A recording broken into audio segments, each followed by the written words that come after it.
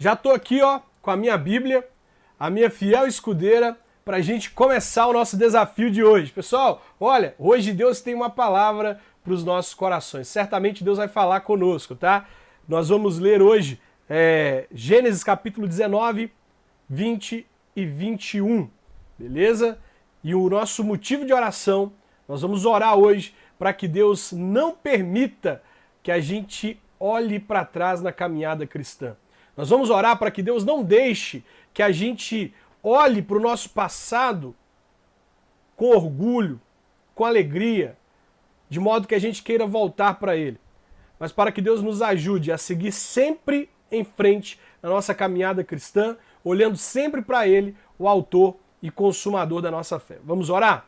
Então vamos orar. Senhor, em nome de Jesus, nós oramos pedindo ao Senhor que nos ajude a nos manter firmes na Tua presença. Que o Senhor faça, Deus, com que a gente mantenha os nossos olhos fixos no Senhor, que é o autor e consumador da nossa fé.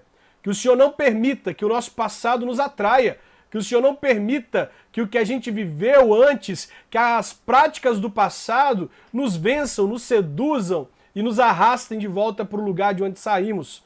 Que não haja orgulho no nosso coração, que não haja alegria de nada daquilo que nós vivemos, que nós possamos lembrar do passado com tristeza, porque nós não conhecíamos o Senhor, não servíamos o Senhor e ainda não estávamos vivendo debaixo da sua graça maravilhosa, debaixo do seu amor. Perdoa-nos, Deus, pelo passado e não permita, em hipótese alguma, Deus, que a gente olhe para trás, que a gente, Deus, desista da nossa caminhada cristã, que o passado nos seduza e atraia. Eu te peço em nome de Jesus, que nós possamos ser daqueles que avançam, daqueles que crescem, daqueles que alcançam as coisas grandes e maravilhosas que o Senhor tem para a nossa vida. Nos ajude, é o que nós te pedimos, em nome de Jesus. Amém e amém. Tá com a sua Bíblia aí? Bíblia na mão, papel, caneta, pronto para a gente começar, para a gente poder fazer as nossas anotações. Vamos lá então, ó. Nós vamos ler hoje Gênesis capítulo 20, 19, 20 e 21, aliás. Então, Bíblia na mão, vamos ler então o primeiro capítulo de hoje. Gênesis capítulo 19, verso 1 diz assim: Estava anoitecendo quando os dois anjos chegaram a Sodoma. Ló estava sentado perto do chão de entrada da cidade. Quando viu os anjos, levantou-se e foi recebê-los. Ajoelhou-se, encostou o rosto no chão e disse: Senhores, estou aqui para servi-los. Por favor, aceitem o meu convite e venham se hospedar na minha casa. Os senhores podem lavar os pés e passar a noite ali. Depois se levantarão bem cedo e continuarão a sua viagem. Eles disseram: Não, nós vamos passar a noite na praça. Mas Ló insistiu tanto que eles aceitaram e foram com ele para a sua casa. Ló mandou preparar um bom jantar e assar pães sem fermento, e os visitantes jantaram. Mas antes que eles fossem dormir, todos os homens de Sodoma, tanto os moços como os velhos, cercaram a casa. Eles chamaram Ló e perguntaram: Onde estão os homens que entraram na sua casa esta noite? Traga-os aqui para fora, pois queremos ter relações com eles. Ló saiu para falar com os homens. Ele fechou bem a porta e disse: Por favor, meus amigos, não cometam esse crime. Prestem atenção, tenho duas filhas que ainda são virgens. Vou trazê-las aqui para fora, para vocês. Façam com elas o que quiserem, porém não façam nada com esses homens, pois são meus hóspedes, e eu tenho o dever de protegê-los. Mas eles responderam: Sai da nossa frente! E diziam uns aos outros: Este homem é estrangeiro e quer mandar em nós. Depois, virando-se para Ló, disseram: Pois agora vamos fazer com você, pior ainda do que íamos fazer com seus hóspedes. Os homens de Sodoma se atiraram contra Ló e chegaram perto da porta para arrombá-la, mas os visitantes pegaram Ló e o puxaram para dentro de casa e fecharam a porta. Em seguida, eles fizeram que os homens, tanto os moços como os velhos que estavam do lado de fora, ficassem cegos e assim não conseguiriam encontrar a porta. Eu sei que a gente, lendo o texto aqui, a gente vê uma inversão aqui muito séria, né? Ló está recebendo ali alguns visitantes na casa dele, e aí o povo da cidade de Sodoma, homens perversos, pervertidos, esses homens acabam querendo que Ló colocasse os visitantes para fora, para que eles pudessem ter relações com esses visitantes. No entanto, Ló diz que não permitiria que isso acontecesse, não deixaria em hipótese alguma colocar aqueles homens para fora, para que o povo da cidade pudesse, de alguma forma, violar aqueles homens. Mas aí o que Ló faz? Ló diz assim, não, com eles vocês não fazem nada, mas façam com as minhas filhas.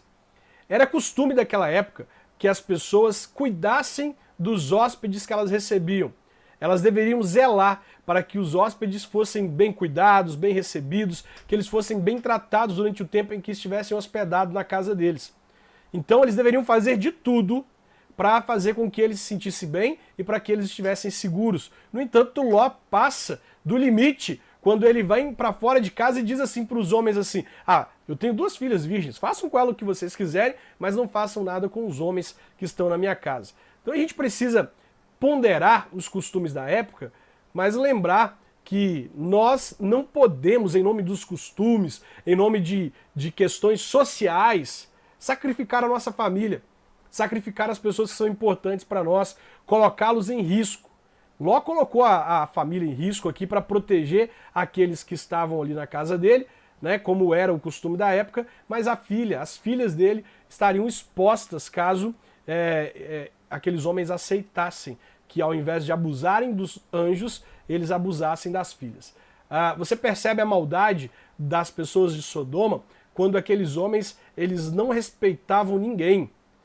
A Bíblia vai dizer sobre o comportamento dos homens de Sodoma e de Gomorra, dizendo que eles eram perversos, pervertidos, mundanos, com comportamentos sexuais totalmente contrários à vontade de Deus. E aqui nós percebemos que esses homens queriam ter relações com anjos.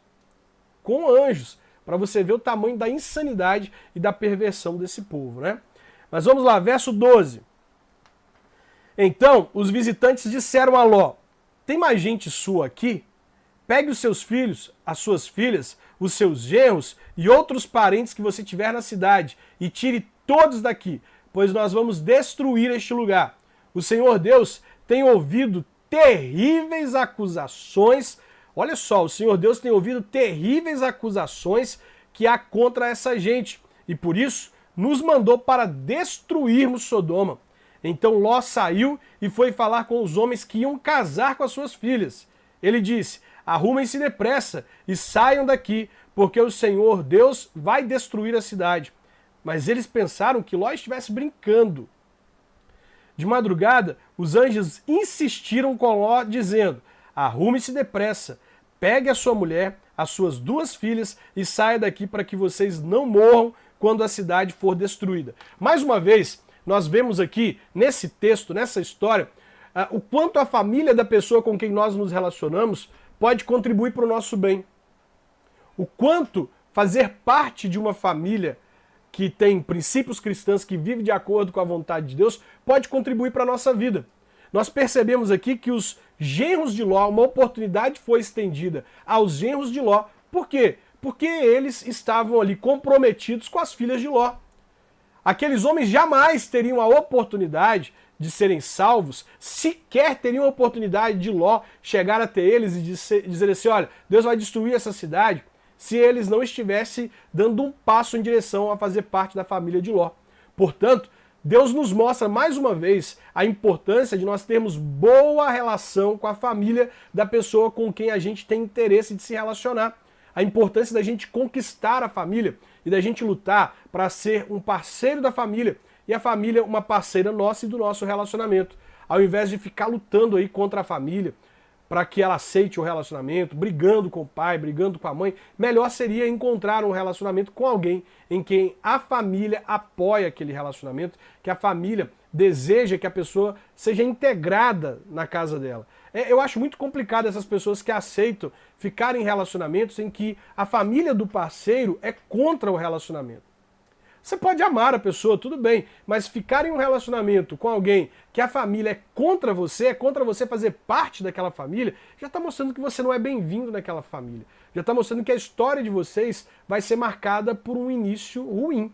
Então aqui, mais uma vez, Deus está nos dizendo, tentem fazer parte da história da família da pessoa com quem vocês vão se relacionar de forma positiva, de forma que vocês e eles sejam parceiros, sejam amigos, para que vocês possam contribuir um para o outro e não para que vocês possam subtrair, para que vocês possam dividir ou para que vocês possam ficar disputando o coração da pessoa que você ama. Já pensou? Você disputar o coração da pessoa a quem você ama com a família dela? Nada mais trágico, nada mais feio, nada mais doloroso do que isso, né? Agora, vamos continuar aqui no verso 16.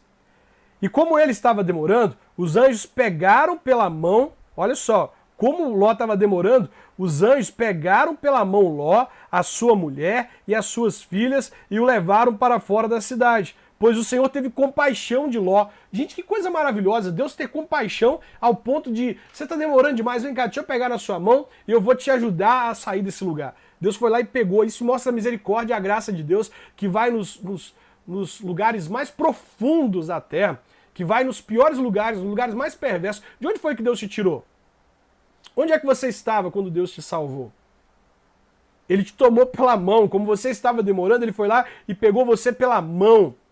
E ele disse assim, eu tenho uma obra na sua vida, e por eu ter uma obra na sua vida, eu tenho que te pegar pela mão e te levar para perto de mim, para viver na minha presença, para poder receber tudo que eu tenho para você e para poder viver de acordo com a minha vontade. Glória a Deus! De onde Deus te tirou?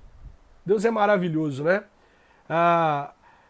Verso 17. Então um dos anjos disse a Ló, agora corra e salve a sua vida. Não olhe para trás, nem pare neste vale. Fuja para a montanha, senão você vai morrer. Mas Ló respondeu, Senhor, não me obrigue a fazer isso, por favor. O Senhor me fez um grande favor e teve pena de mim, salvando a minha vida. Mas a montanha fica muito longe daqui e a destruição vai me alcançar e acabar comigo antes que eu chegue lá.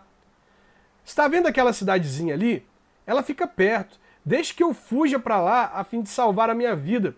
Veja que é uma cidade bem pequena. Então o anjo disse, está bem, concordo. Eu não destruirei aquela cidade. Agora vá depressa, pois eu não poderei fazer nada enquanto você não chegar lá. Ló tinha dito que a cidade era bem pequena e por isso ela recebeu o nome de Zoar. Olha, o anjo dizendo, agora vá depressa, Ló. Ló, sai desse lugar. Aqui não é o seu lugar. Ló, sai daqui, porque eu tenho que fazer algo contra essa cidade.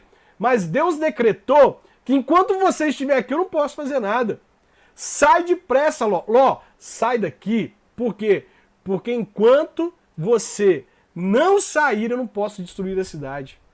Que coisa maravilhosa, gente. Que coisa tremenda. Deus aqui nos dizendo, olha, eu tenho uma obra na sua vida, eu vou realizar uma obra na sua vida e por causa dessa obra, por amor a você, eu vou destruir uma cidade inteira por causa dos pecados, das terríveis acusações contra essa cidade que chegou até mim. Mas eu vou te poupar. Agora, sai daqui logo.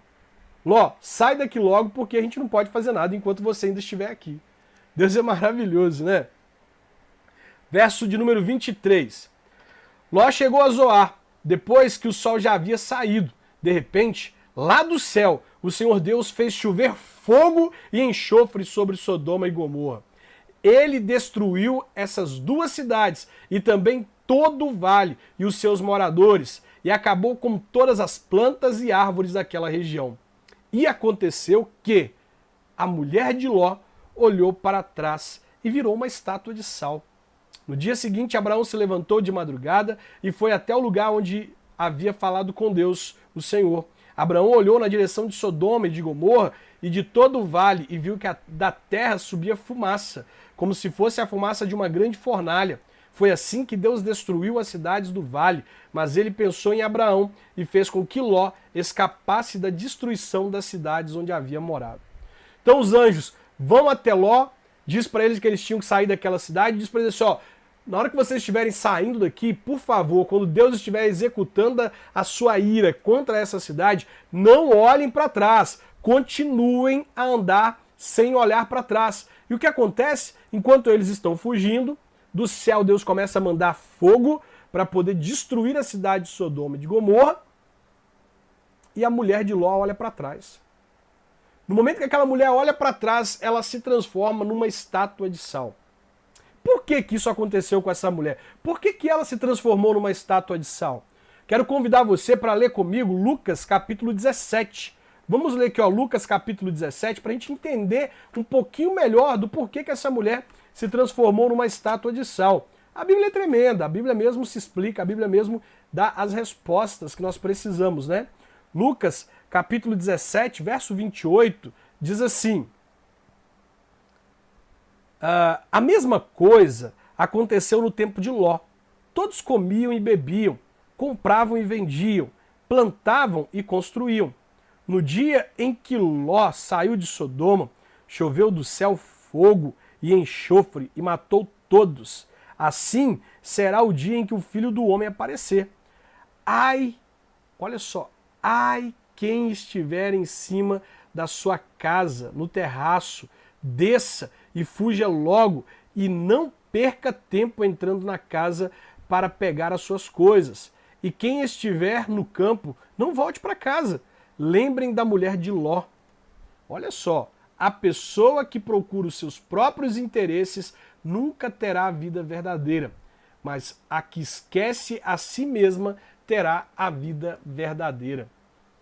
Por que essa mulher se transformou numa estátua de sal? Primeiro, porque havia uma ordem de Deus para que eles não olhassem para trás. Em segundo lugar, porque olhar para trás é um símbolo de olhar para o passado. Olhar para trás é um símbolo de você não desapegar da vida que você tinha. É um símbolo de alguém que está preso aos acontecimentos do passado ao ponto de não conseguir seguir em frente.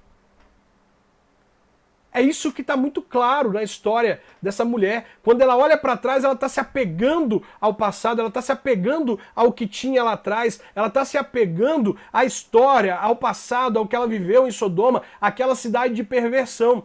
E o que nós não podemos fazer em hipótese alguma é fazer isso. A Bíblia está dizendo, lembrem-se da mulher de Ló, aquele que busca os seus próprios interesses não herdará a vida verdadeira, mas aquele que nega a si mesmo, que esquece a si mesmo, este herdará a vida verdadeira. Para que a gente possa alcançar a salvação nessa terra, uma das coisas imprescindíveis é esquecer o passado, é não olhar para o passado com orgulho e alegria, é olhar para o passado e falar assim, Deus me perdoa, porque eu estava na ignorância, eu estava vivendo uma vida distante do Senhor, por isso Deus me perdoa. Me perdoa. E aí aqui, olha, em Hebreus capítulo 10, quero ler com você em Hebreus capítulo 10, verso 38, diz assim, e todos aqueles, Deus dizendo, e todos aqueles que eu aceito terão fé em mim e viverão. Mas se uma pessoa voltar atrás, eu não ficarei contente com ela. Agora, olha Paulo dizendo a nosso respeito. Nós não somos gente que volta atrás e se perde. Pelo contrário, temos fé e somos salvos. Deus está nos dizendo que nós não podemos viver presos ao passado. Deus está nos dizendo que nós não podemos começar uma vida cristã e abrir mão dela por causa do passado, olhar para trás, voltar para o passado, voltar para a vida em que nós estávamos antes. Nós não somos dos que retrocedem, nós não somos dos que olham para trás. Não, nós somos daqueles que têm fé e são salvos. A mulher de Ló olhou para trás, ela decidiu que o passado dela era mais importante, e por isso ela se transformou numa estátua de sal. Verso 30. Ló teve medo de ficar morando em Zoar e por isso foi para as montanhas junto com as suas duas filhas. Ali, os três viviam numa caverna. Certo dia, a filha mais velha disse à mais nova, olha só a ideia dessas moças. O nosso pai já está ficando velho e não tem nenhum outro homem nesta região. Assim, não podemos casar e ter filhos, como é costume em toda parte. Venha cá. Vamos dar vinho a papai até que fique bêbado. Então nós nos deitaremos com ele e assim teremos filhos dele. Naquela mesma noite, elas deram vinho ao pai e a filha mais velha teve relações com ele. Mas ele estava tão bêbado que não percebeu nada. No dia seguinte, a filha mais velha disse à irmã, eu dormi ontem à noite com o papai. Vamos embebedá-lo de novo hoje à noite e você vai dormir com ele. Assim nós duas teremos filhos com ele e conversaremos e conservaremos a sua descendência. Nessa noite, tornaram a dar vinho ao pai e a filha mais nova teve relações com ele. De novo, ele estava tão bêbado que não percebeu nada. Assim, as duas filhas de Ló ficaram grávidas do próprio pai.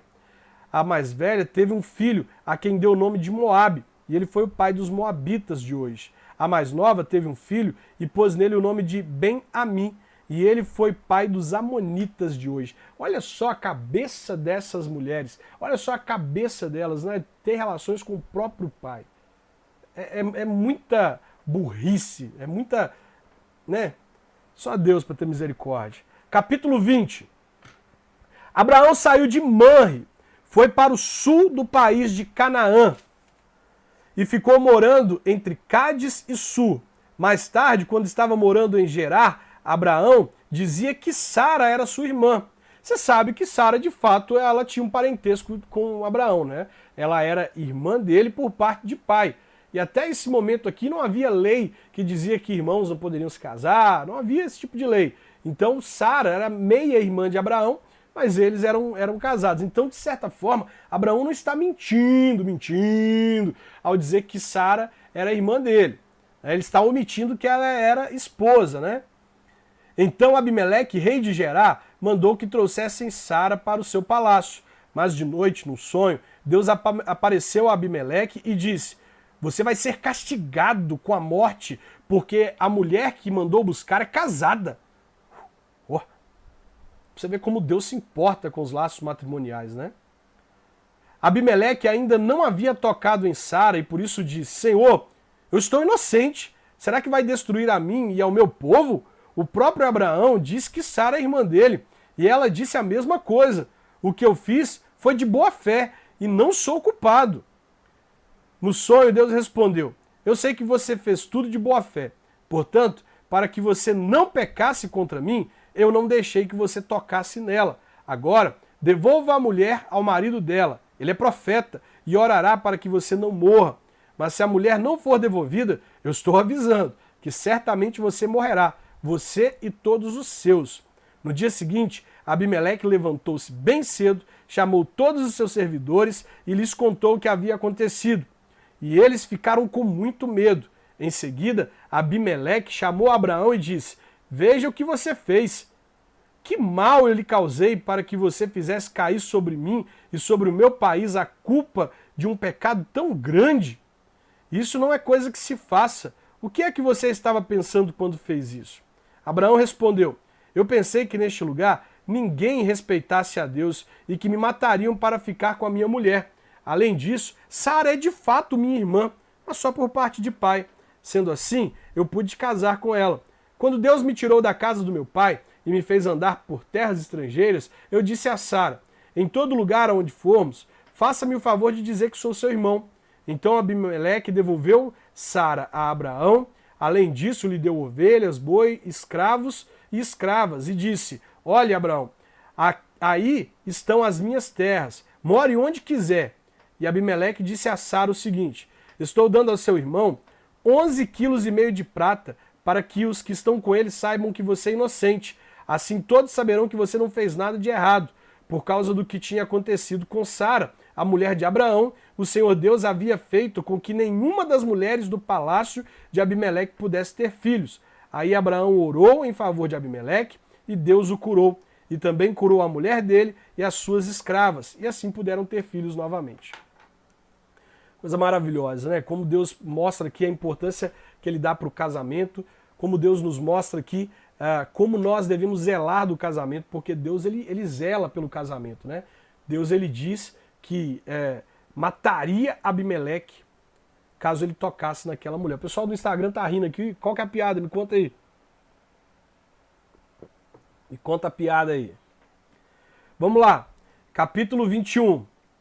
De acordo com a sua promessa. Esse capítulo aqui é tremendo, pessoal. Esse capítulo aqui, ele é maravilhoso. Daqui a pouco eu volto para ver a piada. Eu quero ver qual que é a piada. Ele é maravilhoso. Por que que ele é maravilhoso? Porque olha só, verso 21 diz assim: de acordo com a sua promessa, o Senhor Deus abençoou Sara. Ou seja, o Senhor cumpriu a sua palavra. Deus falou o que ia fazer e cumpriu a sua palavra. De acordo com a sua promessa, o Senhor Deus abençoou Sara, ela ficou grávida e na velhice de Abraão lhe deu um filho. O menino nasceu no tempo em que Deus havia marcado. Veja, contra tudo e contra todos, contra as possibilidades e as impossibilidades, contra a idade, contra o tempo, contra o que todos acreditavam, tudo dizia que Abraão e Sara não poderiam ter um filho, tudo dizia que a promessa de Deus caducou, tudo dizia que Deus não iria cumprir aquilo que ele prometeu. O corpo de Sara e de Abraão não era mais o mesmo corpo, a idade não era a mesma, o tempo havia passado, as dificuldades aumentavam, mas a palavra de Deus diz que apesar de todas as dificuldades, de todas as impossibilidades, de todos que não acreditavam até que aquilo pudesse ser possível, Deus cumpre a sua palavra. O que Deus disse a seu respeito? O que Deus já falou a seu respeito? Ele vai cumprir. Ele vai cumprir. E a coisa mais linda é o finalzinho do verso 2 que diz: o menino nasceu no tempo em que Deus havia marcado. Vamos lá para Eclesiastes 3, para a gente poder acrescentar aqui, ó, Eclesiastes capítulo 3. Eclesiastes capítulo 3. A Bíblia diz assim, Eclesiastes 3, tudo neste mundo tem o seu tempo. Cada coisa tem a sua ocasião. Há tempo de nascer e tempo de morrer. Tempo de plantar e tempo de arrancar. Tempo de matar e tempo de curar. Tempo de derrubar e tempo de construir. Há tempo de ficar triste e tempo de se alegrar. Tempo de chorar e tempo de dançar. Tempo de espalhar pedras e tempo de ajuntá-las. Tempo de abraçar e tempo de afastar. Há tempo de procurar e tempo de perder. Tempo de economizar e tempo de desperdiçar. Tempo de rasgar e tempo de remendar. Tempo de ficar calado e tempo de falar. Há tempo de amar, tempo de odiar. Tempo de guerra e tempo de paz. Versículo 11. Deus marcou o tempo certo para cada coisa. Deus marcou o tempo certo para cada coisa. A Bíblia não apenas está nos dizendo que existe um tempo para tudo. A Bíblia não está apenas nos dizendo que existe um tempo marcado para cada coisa, como ela também está nos dizendo que Deus marcou o tempo certo para cada coisa. Salmo 139, verso 16. Abre lá. Salmo 139, verso 16. No Salmo 139, verso 16, nós já lemos esse salmo ontem, mas o verso 16 diz assim: tu me vistes antes de eu ter nascido. Os dias que me destes para viver foram todos escritos no teu livro, quando ainda nenhum deles existia. O que o salmista está nos dizendo? O salmista está nos dizendo assim: Deus, o Senhor me criou, mas não apenas me criou, como o Senhor é soberano e detém o poder sobre a minha história. Os dias que o Senhor me deu para viver estão contados. O Senhor sabe quantos dias eu vou viver nessa terra. E eles não apenas estão contados, como eles também foram escritos no teu livro. Isso aqui deve encher o nosso coração de alegria, de regozijo, para que você fique sabendo o seguinte, que os dias que Deus tem para você viver, eles foram escritos no livro de Deus quando nenhum deles ainda existiam. Isso quer dizer o quê? Que Deus tem um plano para a sua vida mesmo antes de você ter nascido. Você nem havia nascido ainda, mas Deus já tinha um plano para a sua vida. Jeremias capítulo 1, verso 5. Abre comigo lá. Jeremias capítulo 1, verso 5. Jeremias capítulo 1, verso 5. Veja o que a Bíblia vai nos dizer aqui, nesse verso de Jeremias capítulo 1, verso 5. Sobre esse negócio de Deus ter criado os planos, ter sonhado antes mesmo de nós termos nascido. Em Jeremias capítulo 1, verso 5, diz assim, ó: antes do seu nascimento, quando você ainda estava na barriga da sua mãe, eu escolhi e separei para que fosse um profeta para as nações. Deus está dizendo para Jeremias, Jeremias, você não tinha nem nascido, você ainda estava dentro da barriga da sua mãe, mas o meu propósito para a sua vida já estava pronto. O que eu tinha para a sua vida já estava preparado, os meus sonhos, os meus planos já estavam arquitetados, porque eu chamo à existência as coisas que ainda não existem. Eu sei o fim da história antes mesmo do começo dela. E Deus está nos dizendo aqui nessa noite, está dizendo para mim, está dizendo para você, o que eu tenho para a sua vida, os meus planos, os meus propósitos, os meus sonhos, o que eu tenho preparado para você, já está pronto antes mesmo de você ter nascido. Você ainda nem havia nascido, você ainda estava no ventre da sua mãe, mas eu já preparei os meus caminhos para você andar sobre ele. Eu já determinei os seus dias, e não apenas determinei os seus dias, como eu os escrevi no meu livro, e não apenas os escrevi no meu livro, mas como eu também marquei o tempo certo para cada coisa na sua vida.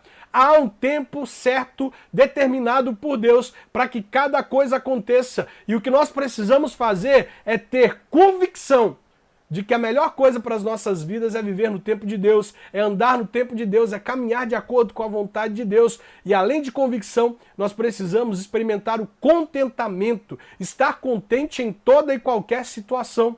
Saber que o que Deus tem para a nossa vida está acontecendo, que você não está um passo atrás e nem um passo à frente de onde Deus gostaria que você estivesse. Você está no lugar que Deus gostaria que você estivesse, na hora em que Deus gostaria que você estivesse. E o tempo de Deus para a sua vida está acontecendo normalmente, independente se você consegue ver ou se você não consegue ver. Deus está realizando os propósitos dele na sua vida. E no tempo certo você vai entender todas as coisas. Você vai compreender tudo que Deus está fazendo na sua vida. E quando você conseguir compreender tudo que Deus está fazendo na sua vida, você vai dizer assim, nossa, mas, gente, era tudo isso? Não, eu sei que Deus tem grandes coisas, eu sei que Deus é maravilhoso, mas é muito mais do que eu pensei. É muito mais do que eu pensei. Deus é tremendo, amém? Amém? Pessoal do YouTube, pessoal do Instagram, pessoal do Facebook, Deus é tremendo, amém? Amém? Glória a Deus por isso. Pessoal, não deixe de compartilhar nossa transmissão, não deixe de deixar o seu like se você está gostando do vídeo, deixe o seu like aí, porque posiciona o nosso vídeo nas redes sociais aí, tá bom? Vamos lá. Deus sabe o tempo certo de fazer o que ele tem para fazer na sua vida. Verso 3. Abraão pôs nele o nome de Isaque. Quando Isaque tinha 8 dias, Abraão o circuncidou, como Deus havia mandado. Quando Isaque nasceu, Abraão tinha 100 anos. Abraão tinha 100 anos quando Isaque nasceu. Então Sara disse, Deus me deu motivo para rir. E todos os que virem essa história vão rir comigo. E disse também, quem diria a Abraão que Sara daria de mamar? No entanto, apesar de ele estar velho, eu lhe dei um filho. O menino cresceu e foi desmamado. E no dia em que o menino foi desmamado, Abraão deu uma grande festa. Você lembra que o texto sagrado vai nos dizer que quando Deus diz para Abraão, Deus diz para Abraão assim, olha, eu vou te dar um filho. O que Abraão faz? Abraão ri. Mas é aquele riso de sarcasmo, de descrença. É aquele riso tipo assim, Senhor vai me dar um filho. Senhor, eu tô velho, Sara tá velha, não pode, não dá. E aí, Deus volta a falar com Abraão e Sara ouve. O que Sara faz? Ela ri.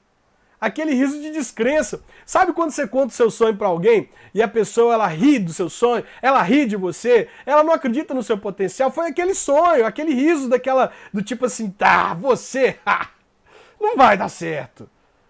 Você tem sonho demais, você tem planos demais. Ei, mas agora, aqui no capítulo 21, no verso 6, Sara está rindo, mas não é um riso mais de sarcasmo, não é um riso mais de descrença, não é um riso mais do tipo, não vai acontecer, é um riso de tipo assim, meu Deus, que coisa maravilhosa, aconteceu. Sabe, eu sei, existem pessoas que riem dos nossos sonhos, que zombam de nós, que dizem que não vai acontecer, mas eu quero dizer para você que o que vai acontecer na sua vida é o mesmo que aconteceu com Sara. Ela não apenas diz que Deus deu motivos para ela para rir, mas ela diz que também as pessoas vão rir com ela agora, do tipo, nossa, aconteceu. Aconteceu.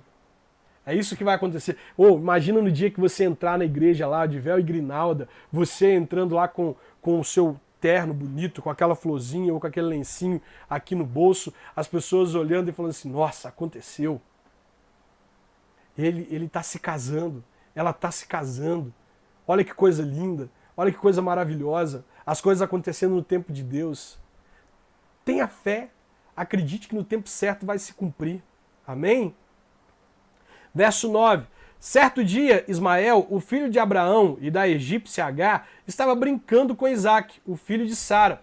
Quando Sara viu isso, disse a Abraão: mande embora essa escrava e o filho dela, pois o filho dessa escrava não será herdeiro junto com Isaque, o meu filho. Abraão ficou muito preocupado com isso, pois Ismael também era seu filho. Mas Deus disse: Abraão, não se preocupe com o menino, nem com a sua escrava. Faça tudo o que Sara disser, pois você terá descendentes por meio de Isaque. O filho da escrava é seu filho também, e por isso farei com que os descendentes dele sejam uma grande nação. No dia em que Abraão se levantou de madrugada e deu para Agar comida. Aliás, no dia seguinte, Abraão se levantou de madrugada e deu para Agar comida e um odre cheio de água. Pôs o menino nos ombros dela e mandou que fosse embora. E Agar foi embora, andando sem direção pelo deserto de Berseba. Quando acabou a água do odre, ela deixou o menino debaixo de uma arvorezinha e foi sentar-se uns 100 metros dali. Ela estava pensando: não suporto ver o meu filho morrer. Ela ficou ali sentada e o menino começou a chorar. Deus ouviu o choro do menino. E lá do céu, o anjo de Deus chamou Agar e disse: por que é que você está aí preocupada, Agar?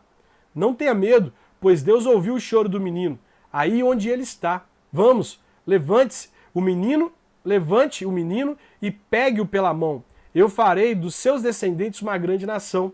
Então Deus abriu os olhos de Agar e ela viu um poço.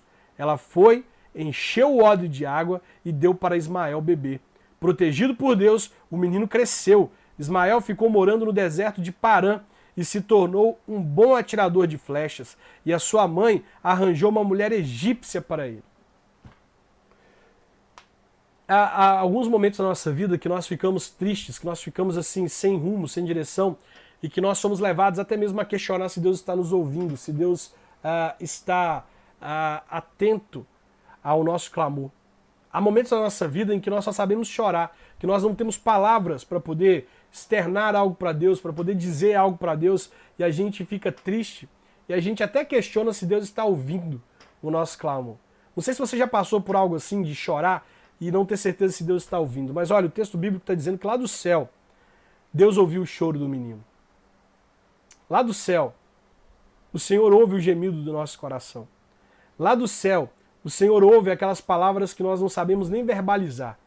Lá do céu, lá do seu alto e sublime trono, assentado no seu trono de glória, Deus ouve o gemido do nosso coração. Então, se você está passando por dias difíceis, fique sabendo que Deus está ouvindo. Deus está te ouvindo, Deus está colhendo as suas lágrimas, literalmente. Ele ouve o grito do seu coração. Por esse tempo, Abimeleque foi conversar com Abraão. Ficol, comandante do seu exército, foi com ele. Abimeleque disse a Abraão: Deus está com você em tudo que você faz. Deus está com você em tudo que você faz. Eu quero viver para ser reconhecido assim, para que alguém chegue para mim e fale comigo assim: Júnior, Deus está com você em tudo que você faz. Eu vejo Deus na sua vida. Eu vejo a obra de Deus sendo realizada na sua vida. Você não quer viver para isso, não? Hein, ô Vitor Gabriele, Sara, o Vitor Leão, o Anderson Nascimento, hein, o Dre Moraes, a Sônia, Letícia. Eu quero viver, Bezerra, Érica, eu quero viver para que as pessoas olhem para mim e digam assim: Deus está com você em tudo que você faz. Portanto, aqui neste lugar, jure por Deus que não vai me enganar, nem a mim, nem aos meus filhos, nem aos meus descendentes. Eu tenho sido sincero com você, por isso prometa que será sincero comigo e fiel a esta terra em que está morando.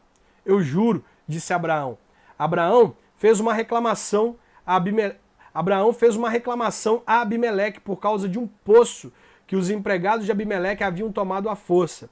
Abimeleque explicou: não sei quem fez isso. Você nunca me falou nada. E esta é a primeira vez que estou ouvindo falar desse assunto. Aí Abraão pegou algumas ovelhas e alguns bois e deu a Abimeleque. E os dois fizeram um trato. Abraão separou 7 ovelhinhas do seu rebanho e Abimeleque perguntou: por que você separou essas 7 ovelhinhas? Abraão respondeu: elas são um presente para você. Ao receber essas 7 ovelhinhas, você estará concordando que fui eu quem cavou este poço. Por isso, aquele lugar ficou sendo chamado de Berseba, pois ali os dois fizeram um juramento. Depois de fazerem esse trato em Berseba, Abimeleque e Ficol voltaram para a Filisteia. Abraão plantou uma árvore em Berseba e ali adorou o Senhor, o Deus eterno. E Abraão ficou morando muito tempo na Filisteia. Palavra de hoje para nós. A palavra de hoje para nós é: não ouse olhar para o passado. Não ouse ficar flertando com o seu passado. Não ouse ter orgulho de quem você era no passado. Envergonhe-se de quem você era. Peça perdão a Deus pela vida que você levava. E não olhe para trás. Lembre-se da mulher de Ló. Quem busca os seus próprios interesses perderá a vida eterna, a vida verdadeira. Mas quem negar a si mesmo encontrará a vida verdadeira. Uma outra palavra de Deus para os nossos corações é que não deixe ninguém ferir a sua identidade. Não deixe ninguém macular aquilo que Deus tem para a sua vida. Ainda que alguém tenha dito que você é um erro, que você é uma aventura dos seus pais, que você não deveria ter nascido, ainda que as circunstâncias difíceis dessa vida façam você pensar que a morte seria melhor, não deixe que nada disso entre no seu coração. Acredite que Deus não comete erros, Deus não falha. Deus te criou. Assim como Isaac nasceu no tempo em que Deus havia marcado, todas as coisas na nossa vida acontecem de acordo com a vontade de Deus. A palavra de Deus vai nos dizer em Romanos, capítulo 8, Romanos, capítulo 8, verso de número 38.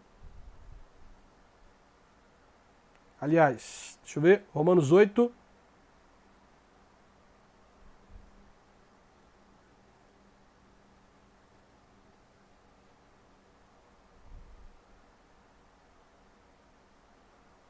Romanos 8 vai nos dizer que, olha, que todas as coisas cooperam para o bem daqueles que amam a Deus. Cadê, pessoal? Acha para mim aí. Romanos 8 o quê? Qual que é o versículo?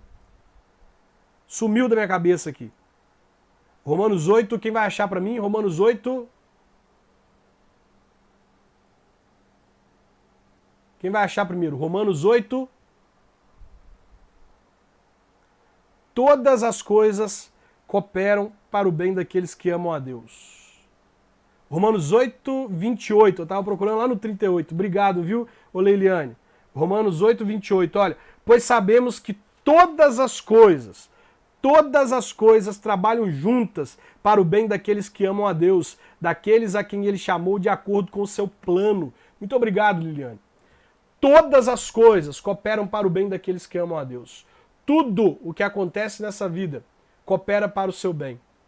Deus te criou, Deus te chamou, Deus planejou a sua existência e Ele está te dizendo para você aqui hoje: você não é um erro, você não é uma aventura dos seus pais, você não é obra do acaso. Eu te criei, eu te mantenho vivo, você tem um propósito e eu vou cumprir esse propósito na sua vida. Eu vou cumprir esse propósito na sua vida. Tanto que Filipenses capítulo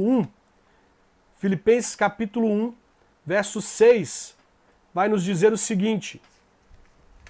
Filipenses 1, 6. Pois eu estou certo de que Deus, que começou esse bom trabalho na vida de vocês, vai continuá-lo até que ele esteja completo no dia de Cristo Jesus. A obra que Deus tem na sua vida, a obra que Deus começou na sua vida, Ele vai completar ela. Por isso, creia que Deus tem um plano para a sua vida. Deus vai realizar esse plano no tempo certo. Basta você confiar e acreditar que Deus está no controle de todas as coisas. Amém? Muito obrigado pela sua companhia, gente boa, gente abençoada. Muito obrigado ao pessoal aí que achou Romanos 8, 28. Espero que você tenha sido edificado. E olha, amanhã nós vamos para o 8º dia, pessoal. 8 dias lendo a Bíblia. Maravilha! Glória a Deus!